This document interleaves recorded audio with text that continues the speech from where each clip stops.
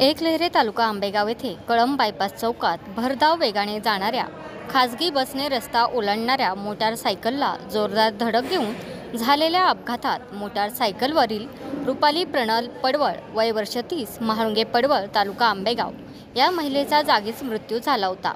रुपाली पडवळ यांच्या मृत्यूनंतर ग्रामस्थांनी आणि नातेवाईकांनी हायवे प्रशासनाला जबाबदार धरत रास्ता रोको केला होता।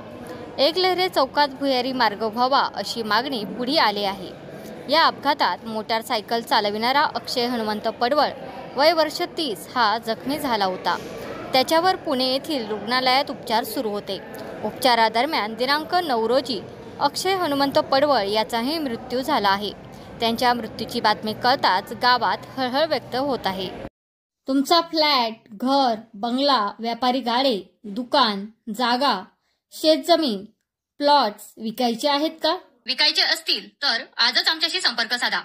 स्थावर मालमत्ता खरेदी विक्रीसाठी आंबेगाव तालुक्यातील विश्वसनीय नाव म्हणजे सीता प्रॉपर्टीज। आमची वैशिष्ट्ये: जलद व्यवहार, तुमच्या प्रॉपर्टीजची योग्य किंमत, मालक व ग्राहक यांच्यात समोरासमोर पारदर्शक व्यवहार। आमचा संपर्क 7972 82 24 33 आणि 7709 72 21 38।